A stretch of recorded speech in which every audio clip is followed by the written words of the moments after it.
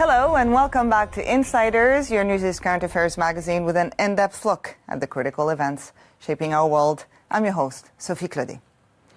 Germany is among those northern European countries that bring to mind respect for the environment, a strong green movement, educated citizens eager to recycle. But dig in a bit more and you'll find out that a quarter of Germany's electricity comes from brown coal. Lignite, to be exact, a particularly dirty kind of coal. Lignite is responsible for 20% of the country's greenhouse gas emissions. A great majority of Germans want out of coal, and Angela Merkel's government has vowed to heed their call. Only it is taking a while. The pro-coal lobby is powerful. Lignite is cheap, domestically produced, and provides jobs to 20,000 people. Our reporter Hans van der Brilli went to Hambach forest near Cologne, where anti-coal activists regularly clash with police over the extension of a nearby lignite open-cast pit, Germany's largest.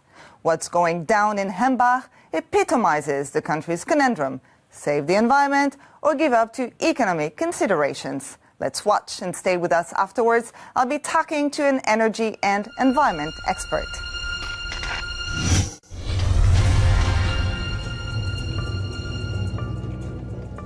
Dawn is close as a huge police operation mobilizes around Hambach forest. Hundreds and hundreds of police are moving in to expel protesters. A closed-off security zone surrounds the forest, which is due to be swallowed by Germany's biggest open-cast lignite mine. The protesters' occupation is illegal, but they don't care. They want to save the forest for sure, but these are no mere tree huggers. Lignite is one of the filthiest fossil fuels, a disastrous coal for greenhouse gas emissions.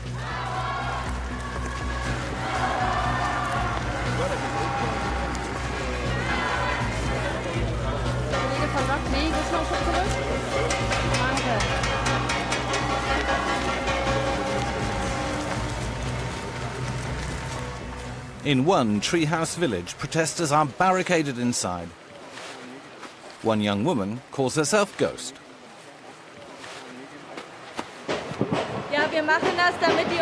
We're living in the treetops, so they can't reach us. They can't clear-cut the forest when it's full of people. Over there's a huge open-cast pit. It's been getting bigger for 40 years. Now they even want to clear-cut this last remaining woodland so that they can haul the lignite out of the ground beneath. But we don't need lignite any longer. We're in the midst of an energy revolution. We're not using violence, just sitting here. We're just in the trees, and we hope to stay. But we don't use violence.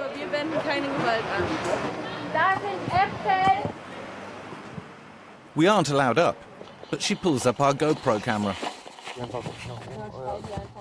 Everyone here is prepared for a long siege. Having stored water and food, they'll resist as long as they can. A dozen people have been squeezed inside for the last 30 hours.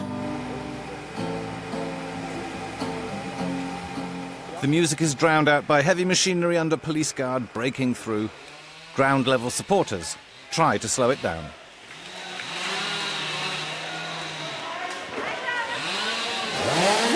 You can see what's going on.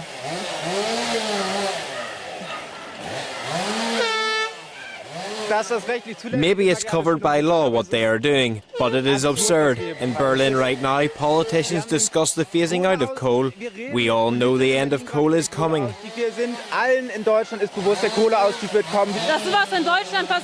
It's unbelievable what is happening in Germany these days. Supposedly, we are the trailblazer in climate politics. This forest could have been the symbol to exit coal. But right now, this forest is being destroyed right in front of our eyes. That's an absurdity. It cannot be.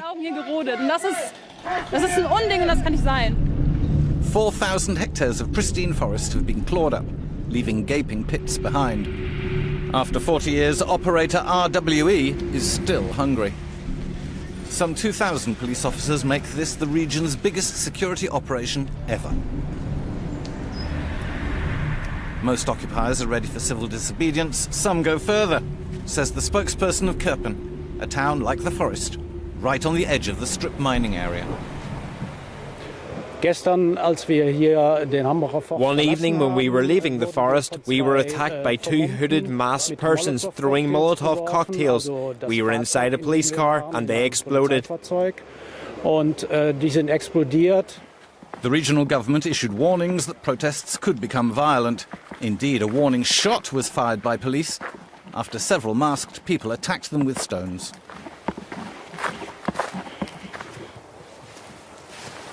Well, ditches have been dug here and all around barricades are up to slow police cars down. The forest occupiers prepared themselves well.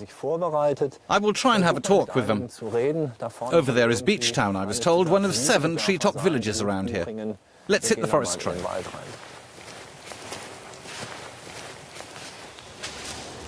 We end up in Cozy Town, which sounds more like a children's TV show than a radical bunker. We're ordered to stop filming. After some discussions, Cozy Town lets us in. Some have lived here for 6 years, sleeping in tree houses up to 25 metres above the ground. Shiva joined about a year ago. Her high-altitude moon house is not easy to evacuate. Has she participated in acts of sabotage? She won't answer.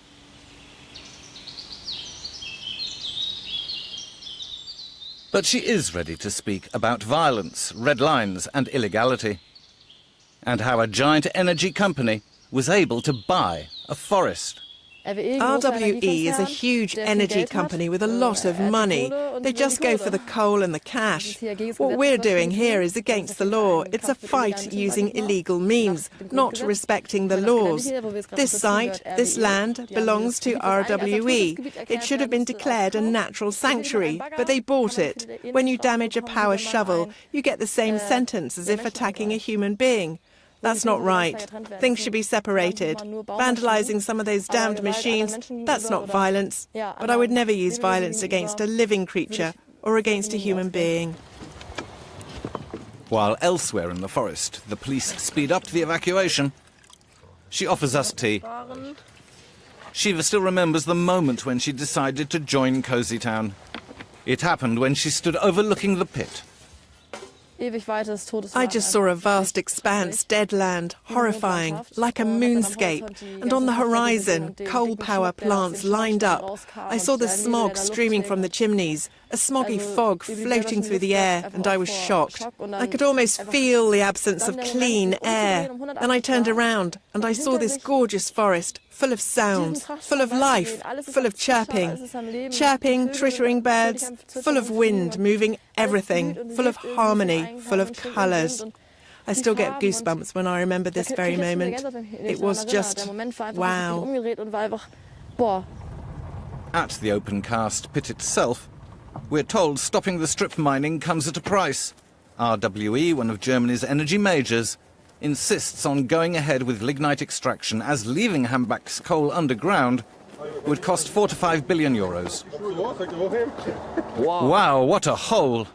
This open-cast pit will expand to 85 square kilometres. We had a confirmed interview appointment with RWE, but it's just been cancelled. What a pity. Anyway, RWE has some good arguments on their side, too. 21,000 jobs are still directly linked to coal all over Germany. In this region, there are 10,000 coal jobs. That can't be ignored. On the other hand, there's environmental destruction and the CO2 problem. The main pro-coal argument made by RWE is about securing a reliable energy supply. Coal power plants deliver electricity to energy-intensive industries around the clock. But visitors we meet at the strip mine's Belvedere are in favour of quick and far-reaching structural changes. And that's an opinion most Germans hold. We're wasting the lives of our upcoming generations. There's a problem of responsibility.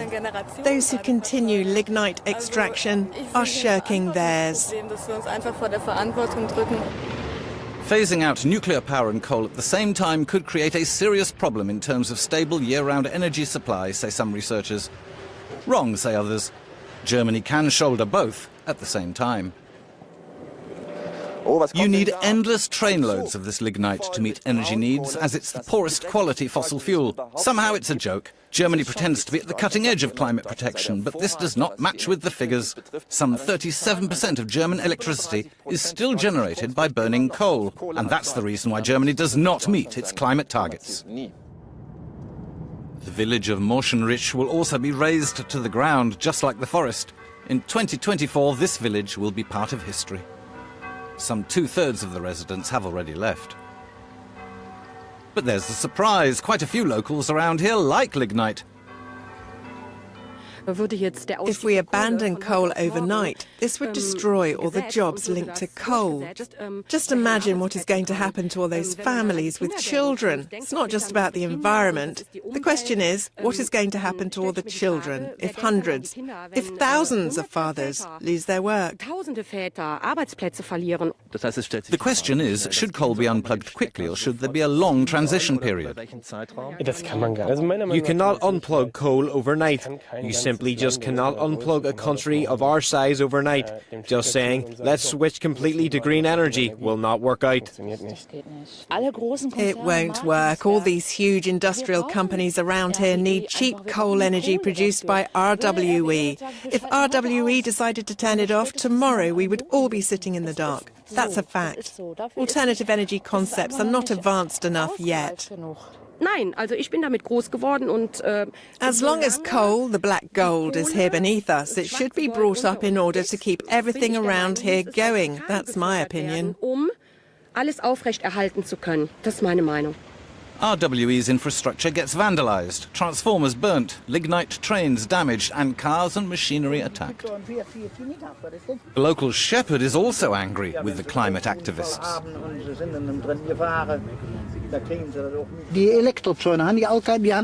I used an electric fence, and they have stolen the battery and control box when it was turned off. And they have cut my fences. They are sick professional criminals. They cut 10 of my fences. Each fence is 50 metres long, and every single fence was cut at least 3 times, some of them even 4 or 5 times.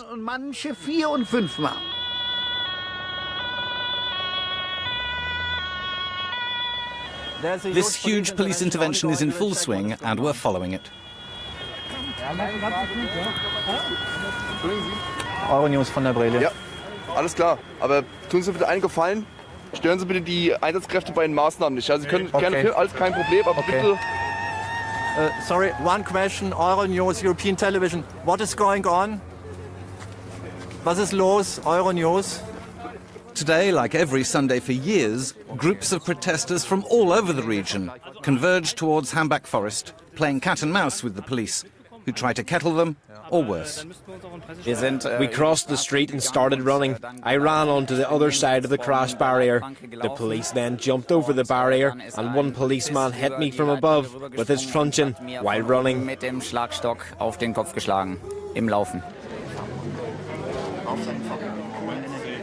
Most people participating in the demonstrations stick to the officially approved route, at least in the beginning.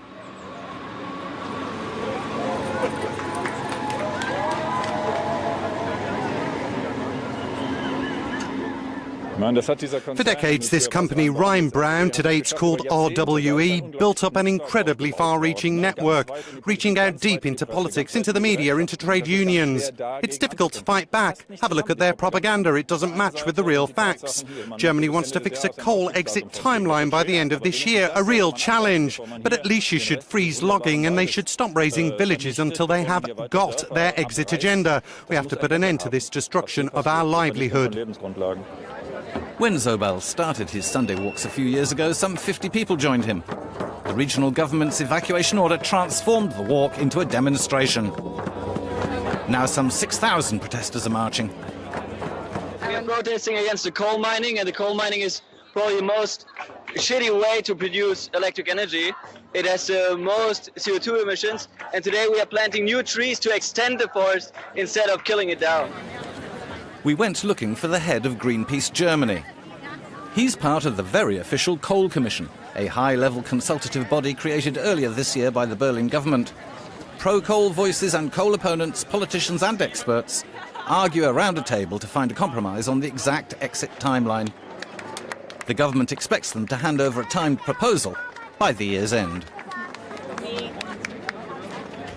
Chancellor Merkel has promised to reduce CO2 emissions by 2020. The German target is 40% less CO2 compared to 1990, but we're way off. What should be done? Try to pin it down. What do you want? All those European countries still burning coal should unplug their coal power plants by the end of 2030. For Germany, that means that half of the coal power plants have to be turned off by 2020 and the remaining ones by 2030. Also present is the head of an NGO gathering the concerns of locals living close to the open-cast pit. Chancellor Merkel appointed her to be a member of the Coal Commission too. Germany had a good start in alternative energies, but then the politicians lost courage. Why? The coal lobby is very strong in Germany. It's frightening. Companies such as RWE are extremely powerful. I experienced this myself. There are attempts to blow up this coal commission from outside. Of course, RWE does not want us to find a compromise. We all know sustainable jobs are jobs related to renewable energies, not those related to coal. And we should handle energy more efficiently. We should use less energy. Approaching Hambach forest, a handful of protesters split away from the authorised demonstration route and try to break through the police lines. They want to join the forest occupiers and delay the evacuation and destruction of the treetop villages even more.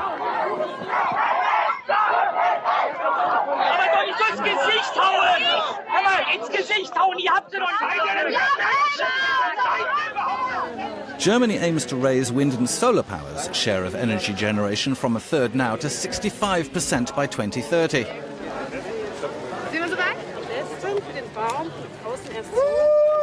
2 out of 3 Germans are in favour of phasing out coal. Today we had, well, what is it called? A demonstration. And we participated in it. And right now we planted some trees. Initially we wanted to plant them inside Hambach forest, but now we planted them right here.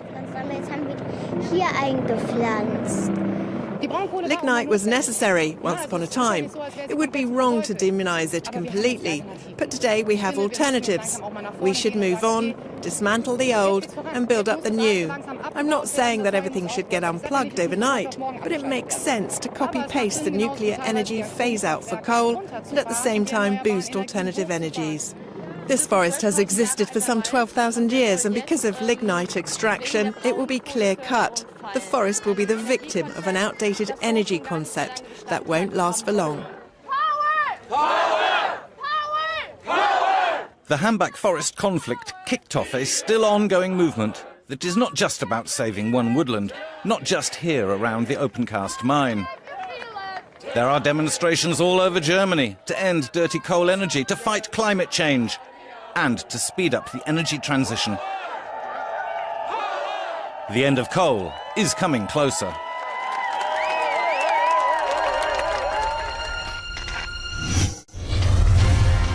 Claudia Kempfert, thanks for being with us. Germany's government appointed a commission to plan the exit from coal.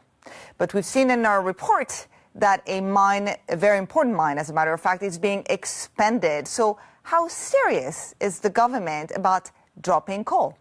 The government seems to be serious of dropping coal because they want to reach a climate target both of 2020 and 2030, but they have big constraints, and obviously the coal lobby in Germany is very, very strong. The government waited too long in having a concrete coal phase out, and the result we see right now, we have big battles about when and how the coal needs to be shut down. Let's talk about the pro-coal lobby. You say it's really strong. Is it strong at influencing politicians, for example? It is strong in influencing politicians, the lobby, because we have since many decades coal in Germany, also in Western Germany, and there is a strong connection to one party in Germany, which are the Social Democrats, and they have strong connections also with the labor forces, which are fighting also for each coal job in Germany. When in fact the jobs in the coal sector are way less than in the renewable sector. Way less than in the renewable sector. So we have 20,000 jobs in the coal sector, but 400,000 jobs in the renewable sector. The government commission planning the exit from coal is supposed to come up with a date by the end of the year. When is it going to be, do you think? Well, we can shut down coal as soon as possible if we replace it with renewable energy. So we need to do more to increase the share of renewable energy. That would be the first fact. And then we can shut down right now already a lot of coal power plants because we are producing more electricity than we need. And then we can reduce step by step the coal share by 2030 maximum in order to replace all the whole share of coal by renewables, but we need a little bit of time for that. Germany is slated to abandon nuclear power production by 2022, and it wants to eventually drop out of coal. Is it reasonable and realistic to carry out both tasks at the same time? Not at the same time, but one after the other. So we will phase out nuclear by 2022, and then we will start out a phase out after that time and reduce the share of coal of now 40% step by step by 2030. That is realistic if we increase the share of renewable energy quite drastically.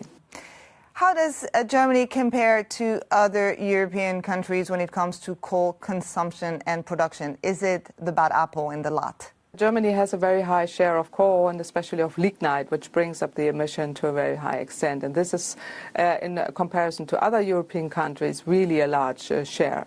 And we need to reduce that because we also want to have an energy transition with more renewables, and coal is not fitting to this scenario. So we really have to be better in Europe and show that we take this seriously.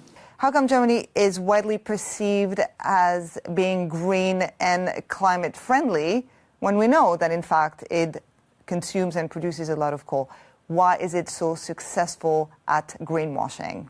Yeah, that's a big question, and we have to face this paradox because we have to reduce the share of coal and want to be as green as we are seen in the outside world. So this is the first step. We have to show, otherwise we are losing credibility. Okay, well, thank you very much for being with us on Insiders.